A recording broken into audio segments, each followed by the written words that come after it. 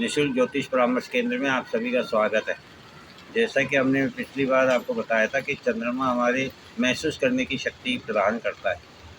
प्रकृति भी हमें बार बार यही समझाती है। अब आज का जैसे बारिश का मौसम हो रहा है, हरियाली हो रही है, तो मन को बड़ा सुंदर लग रहा है। तो जो हमारे विचार आ रहे हैं कि सुंदर मौसम, सुंदर है, प्रकृति सुंदर है, ये विचार हमारे महसूस करने से ही आ रहे हैं।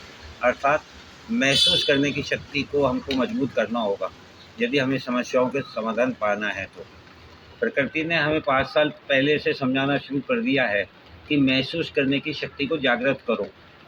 जैसा कि हम सभी जानते हैं, आज के 5 साल पहले से कोरोना आया, उसमें जल, थल और वायु तीनों आवागमन बंद हो गए। सब लोग अपने अपने घर चले गए, अपनों के बीच चले गए और खुश रहने लगे। प्रकृति यही समझाना चाहती है। जिसमें हमने प्रदूषण फैला दिया था, उसको प्रकृति ने 1 सप्ताह में बिल्कुल साफ कर दिया। प्रकृति ये चाहती है कि आप अपनों के बीच रहें, खुश रहें, महसूस करें, तो आप ज़्यादा अच्छा जीवन जी सकते हैं। प्रकृति ने जैसे ही हमें आज़ाद किया, हम वापस अपने उसी डरे पे चल निकले। इसीलिए प्रकृति ने दूसरा झटका दिया कोरोना लहर का और चारों तरफ मौत का आतंक फैला दिया।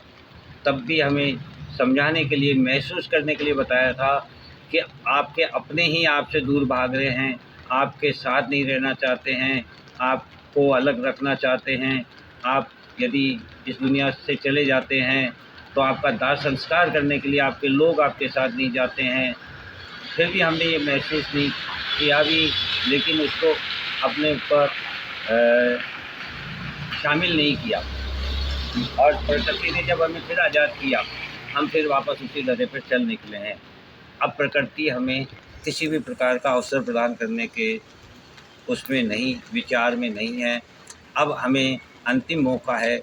यदि हम महसूस करने की शक्ति को जागृत कर लेंगे तो हमारी समस्याएं उत्पन्न ही नहीं होगी, और जब समस्याएं नहीं होंगी तो समाधान की भी आवश्यकता नहीं होगी। मैं बार बार आपसे यही निवेदन कर रहा हूँ कि आप अपने चंद्रमा को मजबूत कीजिए, मन को मजबूत कीजिए, महसूस करने की शक्ति को मजबूत कीजिए। फिर आप खुद पाएंगे कि आपके पास कोई समस्या है ही नहीं।